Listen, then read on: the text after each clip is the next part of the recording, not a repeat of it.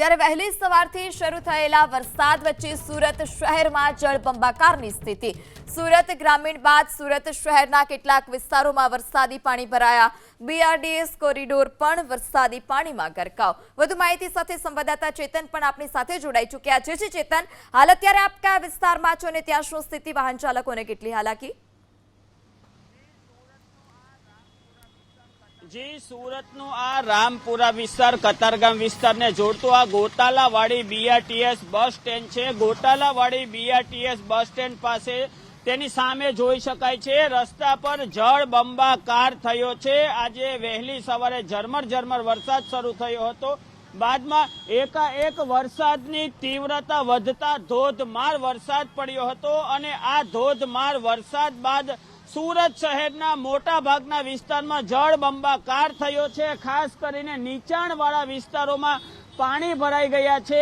આપ આ જોઈ શકાય છે કે રિક્ષા છે તેના ટાયર ડૂબી જાય તેટલું આ રોડ ઉપર પાણી ભરાયું છે। આ રસ્તા ઉપર પાણી ભરાઈ જતા જે વાહન ચાલકો છે તે બીઆરટીએસ કોરિડોરમાં પોતાનું વાહન ચલાવવા માટે મજબૂર છે અને બીજી તરફ અહીં પાણીના નિકાલ માટે સુરત મહાનગરપાલિકાના જે કર્મચારી છે તે અહીં સામે જોઈ શકાય છે કે સુરત મહાનગરપાલિકાના કર્મચારી હાલમાં સ્ટ્રોમ વોટર ડ્રેનેજ લાઇન છે તે રિપેર કરી રહ્યા છે।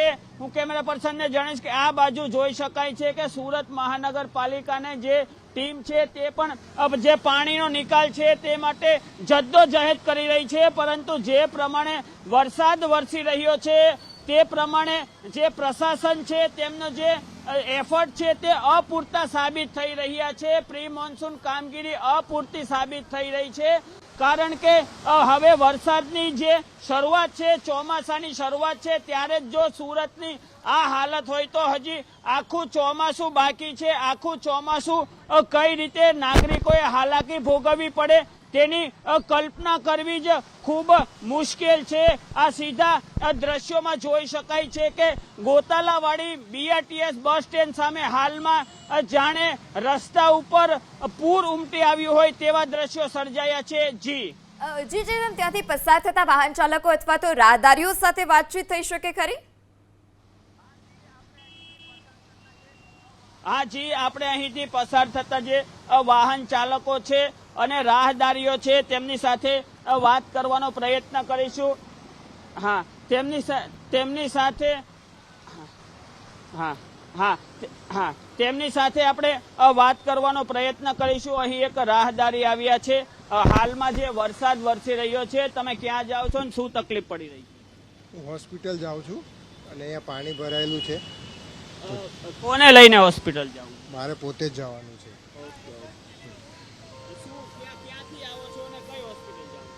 અહીંયા એક્સિડન્ટમાં જાઉં છું, વઘાસિયાનો ત્યાં।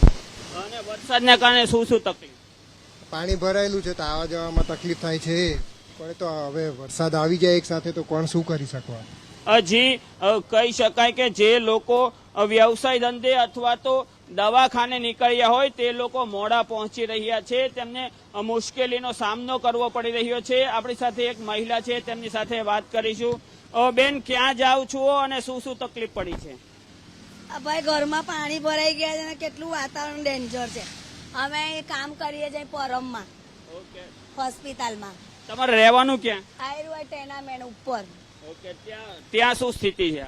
બહુ ખરાબ ડેન્જર। અમારા ઘરમાં તો બધું ઘરમાં નુકસાન બી એટલું થયું છે, અનાજ બધું પીલાઈ ગયું ને ઘરમાં એટલું નુકસાન, તારપત્ર બધું પતરા બધું વેરણ છેડ છે। તો અમે ડ્યુટી પર મેડમે બોલાવ્યા છે, નહીં જઈએ તો અમને કાઢી મૂકે એ લોકો।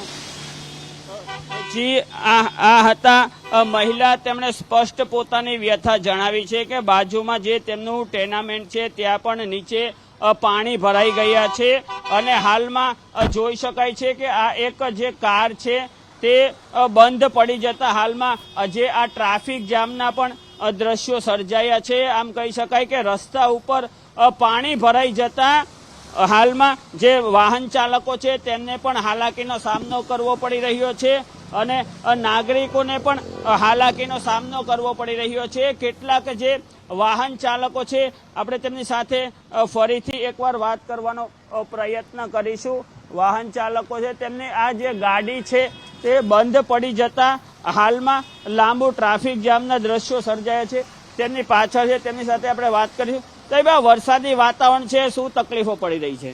પાણી બધા ઠેર ઠેર ભરાઈ ગયા છે અને એસએમસી વાળાની કામગીરી સામે દેખાઈ આવ્યા છે. પાણીનો નિકાલ ક્યાંય છે નહીં અને હકીકત નિકાલ થઈ જવો જોઈએ, પાણીનો પણ થયો નથી. એની સામે બધા હેરાન થાય છે અને ટ્રાફિક થાય છે. સાહેબ, આ તમે ખાસ કરીને ભાજપના કાર્યકર્તા છો? ભાજપના કાર્યકર્તા છીએ પણ હવે અત્યારે શું કેવું છે ભાજપને, ચાલો. જી, આ જોઈ શકાય છે કે ભાજપના કાર્યકર્તાઓ પણ પરેશાન છે વરસાદની સામે અને તેઓ પણ બળાપો વ્યક્ત કરી રહ્યા છે. તેઓ પણ તેમની જે પરેશાની છે તે વ્યક્ત કરી રહ્યા છે. સુરતમાં અડધો કલાકથી 1 કલાકના ધોધમાર વરસાદમાં પ્રશાસનનું પણ ક્યાંક ને ક્યાંક જે છે કામગીરી તે છતી થાય છે. આપણે આ સુરતના જે એસએમસીના કર્મચારી છે તેમની સાથે વાત કરવાનો પ્રયત્ન કરીશું, પરંતુ તેઓ હાલમાં ઓન કેમેરા બોલવાથી બચી રહ્યા છે. આમ જોઈ શકાય છે કે ગાડી ડૂબી જાય તેટલું પાણી ભરેલું છે અને જે નાગરિકો છે તે પરેશાન થઈ રહ્યા છે. ત્યારે હા આપણે અન્ય શું તકલીફ પડી રહી છે? ભાઈ પાણી બહુ છે, ગાડી ફસાઈ ગઈ છે અંદર. કઈ જગ્યાએ ફસાઈ? આ ઘોટાલા વાળી છે, અહીં પાણી ગાડી ફસાઈ ગઈ છે, ગાડી બંધ થઈ ગઈ, ગાડીને અડધો પાણી આવી ગયું. કઈ ગાડી હતી તમારી? ટાટા એસી એસએમસી ની ગાડી છે, અંદર ફસાઈ ગઈ છે, પાણીમાં નીકળતી નહીં और કમર સુધી પાણી આવી ગયો છે સુરતમાં. કઈ જગ્યાએ ફસાઈ? ઘોટાલા વાળી. જી, આ એસએમસી ની એક ગાડી પણ તેમની આગળ ફસાઈ ગઈ છે. ત્યારે આપણે અન્ય એક નાગરિક છે તેમની સાથે પણ વાત કરવાનો પ્રયત્ન કરીશું. તમને આ જે વરસાદ છે તેમાં શું શું તકલીફ પડી? અમારે વરસાદમાં ગાડી બંધ પડી જાય છે, એ તકલીફ છે ને આ મ્યુનિસિપાલિટી વાળા કઈ ધ્યાન દેતા નથી. એટલું પાણી ભરાઈ જાય, મ્યુનિસિપાલિટી વાળા ક્યાં જાય છે? ક્યાં રહેવાનું તમારે? અમારે લાલ દરવાજા. ક્યાં જતા હતા? લાલ દરવાજા ઘરે જ જવી છે. જી, નાગરિકો પણ પોતાનો આક્રોશ વ્યક્ત કરી રહ્યા છે. અહીં જોઈ શકાય છે કે એક રિક્ષા ચાલક છે, તેમની રિક્ષા પણ બંધ પડી ગઈ છે. રિક્ષા બંધ પડી જવાને કારણે તેઓ હાલમાં તેમને ધક્કો મારી રહ્યા છે. રિક્ષા શરૂ કરવા માટે જદ્દોજહેદ કરી રહ્યા છે અને તેની પાછળ પણ જોઈ શકાય છે કે લાંબો ટ્રાફિક જામ થયો છે. આમ સુરત શહેરમાં જે વરસાદ પડ્યો છે, આ વરસાદે સ્માર્ટ સિટી સુરતના જે પ્રશાસન છે તેમની પણ પોલ ખોલી છે. હાલમાં જ અહીં જોઈ શકાય છે કે આ એસએમસીના જે કર્મચારી છે તે હાલમાં સાફ કરી શું કામગીરી શરૂ છે પાણી નિકાલ માટે? હા સર, અમે કચરાવાળા છે. કચરાવાળા છે. અમારું ટેમ્પો ફસેલું છે. અમારું ટેમ્પો ફસાયેલું છે, અડધું પાણી છે. કઈ જગ્યાએ ટેમ્પો ફસાય? ગોટાલાવાડીમાં જ. હા ગોટાલા. જી, આ જે ગાર્બેજ કલેક્શન વિભાગની જે ગાડી છે તે પણ આગળ ફસાઈ છે અને આમ કહી શકાય કે સુરત મહાનગરપાલિકાની જે ગાર્બેજ કલેક્શનની ગાડી પણ હાલમાં બંધ પડી અને ફસાઈ ગઈ છે. અનેક લોકો છે તેઓ રસ્તામાં ફસાઈ ગયા છે. જે લોકો નોકરી અને કામ ધંધે વ્યવસાય અર્થે જતા હોય તેમને તકલીફ પડી છે. હાલમાં આપણી સાથે તેવા જ એક નાગરિક છે.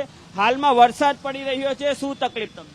વરસાદમાં તો શું તકલીફ હોવાની, આ મજા એન્જોયમેન્ટ કરવાનું, નોકરીએ રજા પાડી દેવાની ને એન્જોયમેન્ટ કરી લેવાનું. હજી કેટલાક નાગરિકો હાલમાં જે વરસાદ વરસી રહ્યો છે તેમનો આનંદ માણવા પણ આવી રહ્યા છે.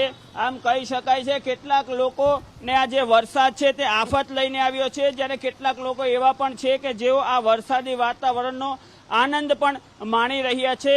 અહીં હાલમાં આ જોઈ શકાય છે આ ટેમ્પો આવી રહ્યો છે ધસમસતા પ્રવાહ સાથે. જાણે એવું લાગી રહ્યું છે કે મોટા પાણીનું જે તળાવ હોય તેમાંથી પસાર થઈ રહ્યો હોય તે પ્રકારના મોજા પણ ઉઠી રહ્યા છે. એક તરફ સુરતમાં ધોધમાર વરસાદ વરસી રહ્યો છે, બીજી તરફ પ્રશાસનની જે કામગીરી છે તેની પોલ પણ ખુલી છે. આમ કહી શકાય કે વરસાદમાં સુરતના જે નાગરિકો છે તે ભગવાન ભરોસે હોય તેવું લાગી રહ્યું છે.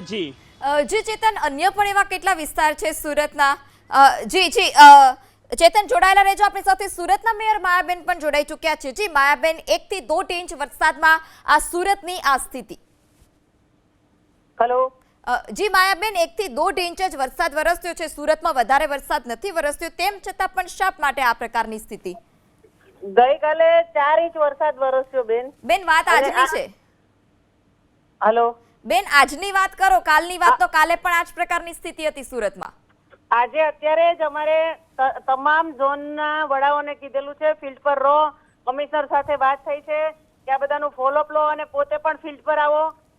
અને આજે જે અમારા ચેરમેનોની નિયુક્તિ કરવાની છે એને પણ સૂચના આપી દીધી છે કે બધા પદ ગ્રહણ કરી પહોંચો અને સ્થાનિક સાથે સંપર્ક કરીને જે તે પરિસ્થિતિ છે તેનો નિકાલ લાવો. બેન આપ સુરતના મેયર છો, પ્રથમ નાગરિક છો, આપ કોઈ વિસ્તારની મુલાકાતે ગયા છો ખરી? હા, હું અત્યારે હાલ પોદાર છે ને, પોદાર જી, પોદારના ઘરનાળા પર જાઉં છું, ત્યાં જ છું. તો બેન દર વર્ષે શા માટે આ પ્રકારની પ્રી મોન્સૂન કામગીરીના દાવા જે કરવામાં આવે તો કામગીરી ક્યાં છે?